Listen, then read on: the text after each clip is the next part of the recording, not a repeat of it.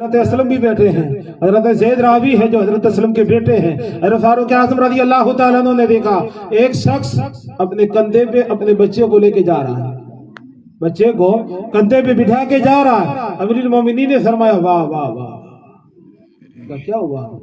کہا دیکھو نا باپ بیٹی کی شکل کتنی مشابہ ہے، اتنے مشابہ تو میں نے کبوں کو نہیں دیکھا، کوئی اتنا مشابہ نہیں، اتنے باپ بیٹوں کی شکل مشابہ ہے۔ حضرت عمر نے اس کو بلایا، قریب آئے، پوچھا کیا بات ہے؟ وہ صحابی تھے۔ کہا کیا بات ہے اتنی تمہاری مشابہ ہے؟ کہا یا امیر المومنین ہمارا قصہ بڑا عجیب ہے۔ کہا کیا عجیب ہے؟ کہا میرا یہ بیٹا ہے نا؟ کہا جی ہاں۔ کہا یہ میرا بیٹا اس کی ماں نے مرنے کے بعد اس کو جنم دیا ہے، اس کی ماں نے اس بچے کو مرنے کے بعد جنم دیا ہے۔ کہا وہ کیسے؟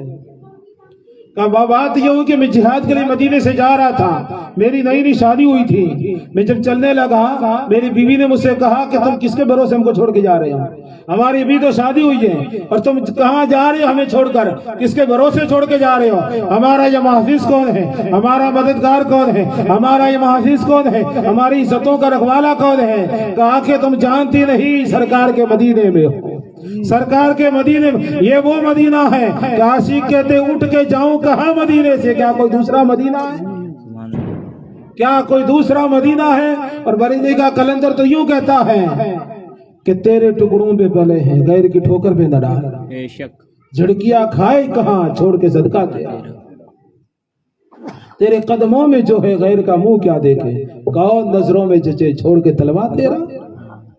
بہرحال میں جب چلنے لگا تو میری بیوی نے کہا کہ میرے پیٹ میں تمہاری امانت پل رہی ہے، اگر تم واپس صحیح سلامت آ گئے تو ٹھیک، نہیں آئے تو پھر کہ میں تیرے پیٹ میں جو میری امانت ہے اس کو اللہ کے سپرد کرتا ہوں، اللہ کی امان میں دیتا ہوں۔ اور میں چلا گیا جہاد کے لیے۔ کافی ٹائم کے بعد واپس آیا، جب میں واپس آیا تو دیکھا میرے گھر کے دروازے پہ تالا لگا ہے، دروازہ بند، اور دیکھا دروازے کی حالت یہ ہے کہ کئی دنوں سے کھلا نہیں تھا۔ اور اس پڑوس میں پوچھا بات کیا؟ اس گھر میں رہتی ایک عورت تھی، وہ کہاں گئی؟ کہا کہ تم کون ہو؟ کہا میں اس کا شوہر ہوں۔ کہا اس کا انتقال ہو گیا۔ میں نے انا للہ و انا الیہ راجعون پڑھا، کہ اس کا انتقال ہو گیا؟ کہ جی ہاں اس کا انتقال ہو گیا۔ گھر میں گیا، تھوڑی دیر بیٹھا، پھر اپنے چچا کے گھر گیا، میرے چچا کے گھر گیا، وہاں جا کے میرے چچا صاحب بھائیوں کے ساتھ شام کو بیٹھا تھا، بات چیت کر رہے تھے، دکھ درد کی کہانیاں سنا رہے تھے۔ ہمارا میرے چچا کا گھر جنت البقیع قبرستان کے بالکل قریب تھا، تو میں نے دیکھا قبرستان میں روشنی نظر آئی مجھے، سبحان اللہ، قبرستان میں روشنی نظر آئی۔ تو میں نے میرے چچا زاد بھائیوں سے پوچھا یہ کیا جل رہا ہے وہاں، یہ اجالا کس چیز کا ہے؟ انہوں نے کوئی جواب نہیں دیا، اٹھ کے چلے گئے میرے پاس سے۔ مجھے بڑا تعجب ہوا کہ میں نے سوال پوچھا کہ روشنی کیسی ہے، کہ میں گیا تب تو تھی نہیں، واپس آیا تو قبرستان میں روشنی ہو رہی تھی، بات کیا؟ میں نے پوچھا اور یہ اٹھ کے جواب نہیں دیا، اٹھ کے چلے گئے۔ پھر میں بھی اٹھا ان کے پیچھے گیا، جہاں وہ بیٹھا میں بھی بیٹھ گیا، پھر سوال کیا یہ روشنی کیسی ہے، جواب دو نا، اٹھ کے کیوں جا رہے ہو؟